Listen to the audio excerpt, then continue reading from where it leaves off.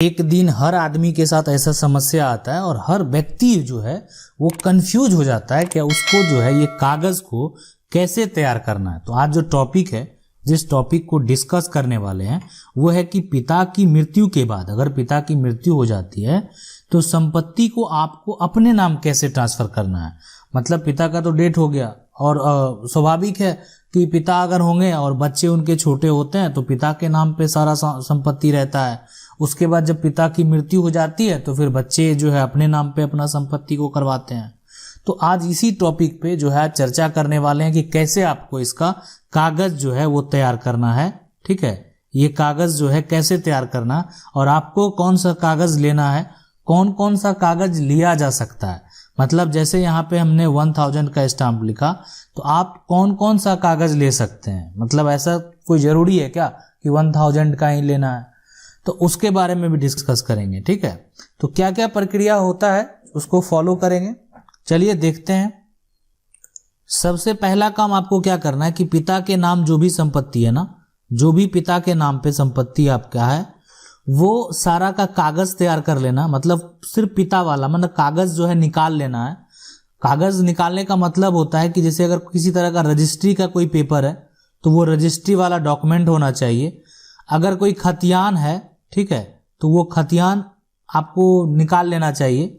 हो सकता है जरूरत पड़े, इसलिए दस्तावेज है तो आपको रखना चाहिए कम से कम। उसके बाद जो पिता के द्वारा जो जमीन या संपत्ति का जो भी है, घर जमीन, अगर उसका कोई लैंड का जो टैक्स है वो सरकार को दिया जा रहा था, ठीक है, अब वो जो भी टैक्स हो, जिस तरह का टैक्स हो, ठीक है, जो सरकार को पे किया जा रहा था, राज्य सरकार को, उसका जो है एक तरह से रसीद, यानी उसको रसीद भी बहुत जगह बोलते हैं, है ना। तो वो लैंड टैक्स वाला जो पेपर है आपका, जो आप सरकार को शुल्क दे रहे हैं, वो वाला दस्तावेज होना चाहिए। और इसको आप जो है ना अपडेट करा लें। कहने का मतलब क्या है कि अब इसमें जो है कोई भी ड्यूज आपको नहीं रखना, इसको आप अपडेट करा लेंगे।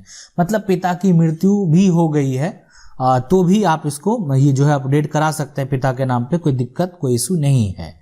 ठीक है, ये सारा जो है आपको करने के बाद फिर अगला स्टेप होता है कि आप जो पिता के 2 बेटे हैं इसको साबित कैसे करेंगे आप कि आप पिता के बेटे हैं। मान लेते हैं कोई दूसरा जो है वो आ गया तो इसके लिए होता है वंशावली। ठीक है, इसके लिए वंशावली आपको बनवाना पड़ेगा। ठीक है, तो वंशावली जो है आप ग्राम पंचायत से भी बना सकते हैं या कोर्ट से भी बना सकते हैं। ठीक है, तो जहां से आपको जो सुविधा, ग्राम से अगर बनाना है या कोर्ट से बनाना, जहां से बनाना चाहें बना ले, कोर्ट से बनाएंगे तो एक तरह से आप समझ सकते हैं हर जगह वो वैल्यूएबल है। तो ये प्रमाण करता है कि पिता के में जो है ये संपत्ति का, जो पिता का संपत्ति है उसका हकदार कौन कौन है। मतलब इस संपत्ति जो पिता के पास है, जो कि ये जो रसीद है इसमें दर्ज है, इसके कितने हकदार हैं, मतलब कितने उस संपत्ति को लेने वाले हैं। ठीक है, अच्छा एक चीज है कि अगर मान लेते हैं कि 2 बेटा के अलावा तीसरा बेटा है तो तीसरा का नाम भी दर्ज होगा वंशावली में। अगर कोई बेटी है, ऐसा भी तो हो सकता है, अगर कोई बेटी है तो बेटी का नाम भी वंशावली में दर्ज होगा। लेकिन जब आप 2 भाई आपस में संपत्ति का बंटवारा करेंगे तो उस समय बेटी का एनओसी हो जाएगा। ठीक है, मतलब नो ऑब्जेक्शन हो जाएगा। तो मतलब यही हो जाएगा सिर्फ कि कागज उनके नाम से तैयार नहीं होगा, सिर्फ उनका एक नो ऑब्जेक्शन हो जाएगा। उनका जरूरत पड़ सकता है आपको ये अलग करने में, और मतलब कि उनको ये चीज हो जाएगा नो ऑब्जेक्शन में कि कागज पे दर्ज की आप उनको इस संपत्ति से कोई भी मतलब नहीं है। उनका अगर दस्तखत हो गया, उनका जो एक तरह से आईडी प्रूफ है वो अगर वहां लग गया तो फिर आगे चल के भविष्य में भी आपको किसी भी तरह का कोई भी दिक्कत नहीं होगा। मतलब ये प्रक्रिया है, इसलिए कि जो संपत्ति है एक तरह से, जो संपत्ति में क्या सभी वंशजों का अधिकार दिया गया है। ठीक है, तो इसमें हाँ हो सकता है कि किसी जैसे हिंदू धर्म में समान अधिकार है, अगर दूसरे धर्म की बात करें तो उसमें कुछ थोड़ा सा 19-20 है। तो ये डिपेंड करता है कि हर धर्म का है, लेकिन यहाँ पे लगभग आप समझ लें कि अधिकार जो बेटी को है वो सारे धर्म में दिया गया है। ठीक है, तो यानी जितने भी वंशज है, वंशज का अधिकार दिया गया है। ठीक है, तो वंशावली बन गया, उसके बाद रसीद आप निकाल लिए। ठीक है, वंशावली तैयार कर लिए। अपनी जो एक तरह से आपकी बहन है, जो उनकी पिता की बेटी है, उनको जो है एक तरह से एनओसी के लिए आप बुलवा सकते हैं, बात कर सकते हैं, ठीक है। जो है बहन से अपना प्राइवेट भाई बहन का रिश्ता है, क्यों किसी को बताना, ठीक है। तो बहनोई को तो बताना भी नहीं है, वो चीज जो है हो सकता है कहीं लालच में पड़ जाए, ये भी कोई बड़ी बात नहीं है ना। अब युग जो है, एक जमाना काफी डेवलप्ड हो रहा है, तो इसलिए मान लेते हैं कि अगर ऐसा कुछ है समस्या तो डायरेक्ट प्राइवेट बहन से बात करना और एनओसी ले लेना, तो आगे चल के कोई समस्या नहीं आएगा। हाँ, बहनोई से बात करेंगे, कहीं संपत्ति उनको लगे करे ये तो लाखों करोड़ों में है, मन लालच में आ जाए, कोई बड़ी बात थोड़ी है। कब मन किसका लालच में आ जाएगा ये कहना मुश्किल है, ठीक है। तो इसलिए जो यहाँ पे है, आप जो है उनसे बात करके, अपनी बहन से बात करके एनओसी वाला काम करा लेंगे, ताकि मतलब उनको कोई ऑब्जेक्शन नहीं है उस चीज़ों से, तो आगे चल के आपको और जो आने वाले जो आपके जनरेशन है, आपके बच्चे को भी इस तरह का किसी भी तरह का कोई समस्या उत्पन्न नहीं होगा।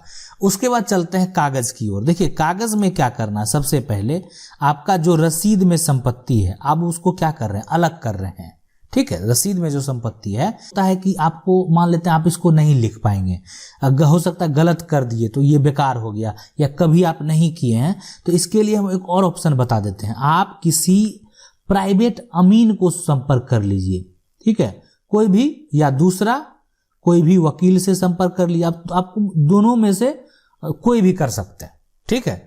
प्राइवेट अमीन से संपर्क भी कर सकते हैं, और हम ये ज्यादा कहेंगे कि दोनों से ही है, जो आप करना चाहें।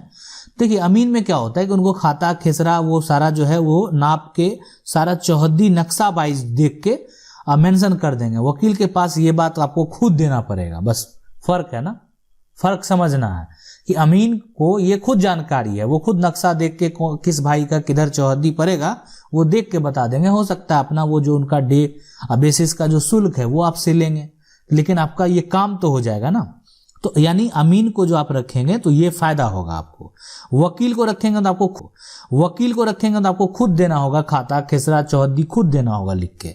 तो इसलिए जो आपको सहूलियत लगे आप वैसा कर सकते हैं। तो अब क्या होगा कि इस जो दस्तावेज होता है इस पे वही बात लिखाता है कि जो दो भाई है उसका जो पिता के रसीद पे संपत्ति था, अब ये दोनों भाई का अपना अपना एक कागज तैयार होगा। इसलिए दोनों भाई अलग कर रहे हैं, तो दोनों को अपना अपना कागज बनाना पड़ेगा, ठीक है। अब मान लेते हैं ये कागज बना के आप रख लिए, दूसरा भाई क्या रखेंगे, तो एक भाई, अब ये जो है यहाँ पे ये इसमें जो है मान लेते हैं ये कागज बड़ा भाई का है, तो इसमें बड़ा भाई का हिस्सा अगर 101 है, 102 है, 103 है, और ये सारा जो अगर बिलोंग करता है जिस खाता से, मान लेते हैं खाता संख्या 512 है, तो ये सारा कुछ जो है यहाँ पे, अब ये 101 का जो है सिर्फ ये लिखने से नहीं, ये पूरा खेसरा हो गया, इसका चौहद्दी लिखना है कि आप किधर से हैं, इसका रकबा लिखना है कि आपको कितना हिस्सा मिला हुआ है, ठीक है, और आप किस साइड से हैं, उसी तरह से 102 का, 103 का, मतलब सारा कुछ मेंशन करना पड़ेगा। अब 101 में अगर दूसरे भाई का भी हिस्सा है तो वहां ये भी मेंशन होगा और उनका भी चौहद्दी दर्ज होगा, ठीक है। अब यहाँ पे क्या करना है कि हो सकता है कि ऐसा कोई यहाँ पे खेसरा हो, ठीक है, जो प्लॉट नंबर हो जो कि दूसरे भाई का मतलब यहाँ पे नहीं है, कोई बड़ी बात नहीं है। तो मान लेते हैं कि 101 आपका हिस्सा है, हो सकता है कि 105 इनका हिस्सा हो, ये भाई छोटा भाई का हिस्सा हो, तो इसमें कोई इशू नहीं है, ऐसा हो सकता है, ठीक है। तो ये दस्तावेज में पूरा सारा बात यही बात मेंशन हो जाता है, और अपना उसके साथ जो है कुछ एक तरह से जो आपके अगर दस्तखत के रूप में, जैसे गवाह के रूप में जो एक तरह से आप जो है दस्तखत ले सकते हैं, वो संख्या मिनिमम 5-10 आप रख सकते हैं।